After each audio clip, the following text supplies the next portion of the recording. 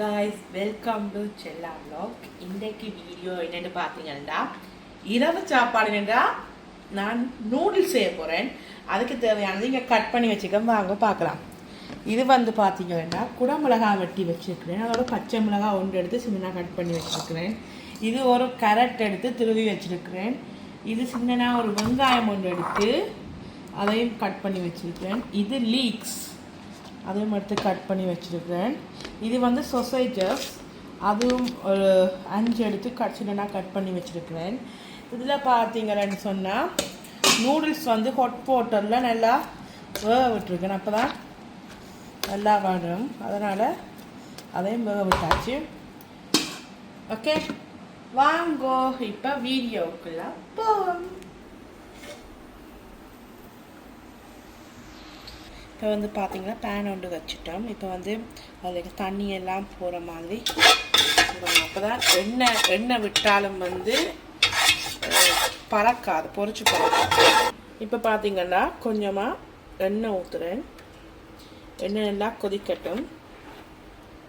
இப்போ கொஞ்சமாக சீரகம் நல்லா பொரிஞ்சிட்டு பாருங்க.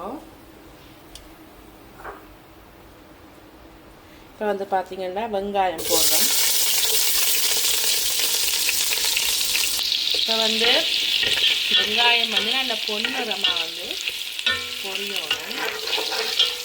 இப்போ வந்து வெங்காயம் பார்த்தீங்கன்னா நல்ல பொன்னிறமாக வதங்கிட்டு இப்போ அடுத்ததை போடுவோம். இப்போ பார்த்தீங்கன்னா வச்சு வச்ச கேரட்டு, அப்புறம் வந்து லீக்ஸ் இவ்வளோத்தையும் போட்டு நல்லா வதக்குவோம்.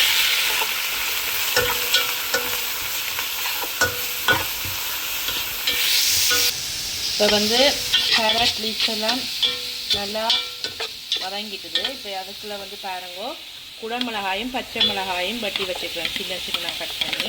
இப்போ அதையும் வைக்க போகிறோம். இதையும் நல்லா வதக்குவோம். நூடுல்ஸுக்கு வந்து பார்த்தீங்கன்னா நிறைய வெஜிடபிள்ஸை நாங்கள் எப்போவுமே கூடத்தான் போடுறாங்க. ஏன்னா அதுக்கு வேறு ஒரு கறியும் வைக்க மாட்டோம். அதனால் எவ்வளோ வெஜிடபிள்ஸ் கூட போடணுமோ அவ்வளவு கூட போடுவோம். இப்போ பார்த்தீங்கன்னா வதங்குது. இருந்தாலும் நீங்கள் ஒரு 5 நிமிஷத்துக்கு நல்லா வந்து கிளறினாத்தான் வதங்கி வர நல்லா இருக்கும். இப்போ வந்து பார்த்தீங்கன்னா சொசைட்டிஸை போட போகிறோம். இதுதான் எங்களுக்கு நூடுல்ஸோட சாப்பிட்டக்கு ஒரு டேஸ்ட்டை முக்கால்வாசி கொடுக்கும். ஏன்னா நாங்கள் கறி ஒன்றும் வைக்கிறேன். அதனால் சொசைட்டிஸும் போடுறதுக்கு நல்ல சூப்பராக இருக்கும். இதை நல்லா இப்படி வதக்கிட்டு ஒரு 5 நிமிஷத்துக்கு மூடி விடுவோம். மூடினா பாருங்க அந்த சொசைட்டிஸ் எல்லாம் இல்லை பபிள்ஸ் மாதிரி ஊதி வந்துருக்கும். நான் வந்து ஓப்பன் பண்ணுறோம். பாருங்க எவ்வளோ பபிள்ஸா அதில் ஊறி போய் வந்ததுக்கிட்ட பாருங்க. வந்து நல்லா வதங்கிடுது. இனி வதங்க தேவையில்லை. இதுக்கு தேவையானதில் நாங்கள் சேர்ப்போம். இப்போ கொஞ்சமாக மிளகாய்த்தூள், அதுக்கு பிறகு ஒரு 1/4 டீஸ்பூன் மஞ்சள், சோயா சாஸ், தேவையான அளவு உப்பு போடுவோம். காணாட்டி திரி போட்டுக்கலாம். போட்டு நல்லா வந்து எல்லாமே போட்டுட்டோம். உப்பு எல்லாமே போட்டாச்சு. இப்போ எல்லாமே அளவாக இருக்குது. இப்போ வந்து அடுத்ததாக நாங்கள் சேர்க்க வேண்டியது வந்து நூடுல்ஸ் போடுறதுக்கு முதல் 2 முட்டையை அடித்து ஊற்றுவோம்ண்டு என்னுடைய சிஸ்டர் சொன்னா நல்லா இருக்குமெண்டு. சரி, ஓகே, அவன் ஆசையை நிறைவேற்றுவோம்ண்டு 2 முட்டையை அடித்து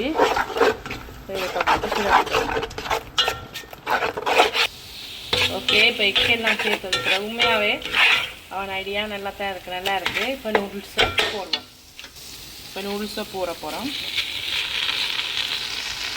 இப்போ வந்து கறியோட மிக்ஸ் ஆகிற மாதிரி நல்லா கிளறுவோம். இப்போ எனக்கு கை நோவுது கிளற வந்து. இப்போ என் சிஸ்டர் வந்து பார்த்தீங்களா கிளறா பாருங்க, அழகாக வந்துருக்கண்டு. ஓகே காய்ஸ், பாருங்கோ நூடுல்ஸ் ரெடி ஆகிட்டு அப்படின்ட்டு. இப்படி சிம்பிள் வேலை தான்.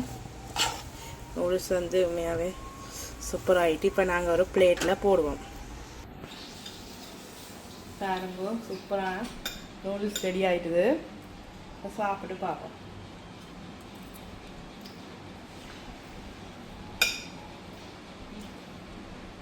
சூப்பராக இருக்கும். உப்பும் சரி காரமும் சரி வேறு லெவலாக இருக்கும்.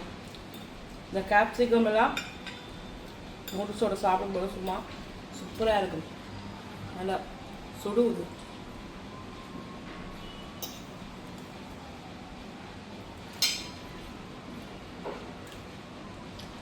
ஹோட்டல் வயலில் பண்ணி சாப்பிட்ற டேஸ்ட்டாக செம்மையாக இருக்கும். நீங்களும் இப்படி ட்ரை பண்ணுங்க. இந்த வீடியோ பிடிச்சிருந்தா லைக் பண்ணி கமெண்ட் பண்ணி சப்ஸ்கிரைப் பண்ணி எனக்கு அடுத்தடுத்த வீடியோவுக்கு சப்போர்ட் தாங்க. பாய்.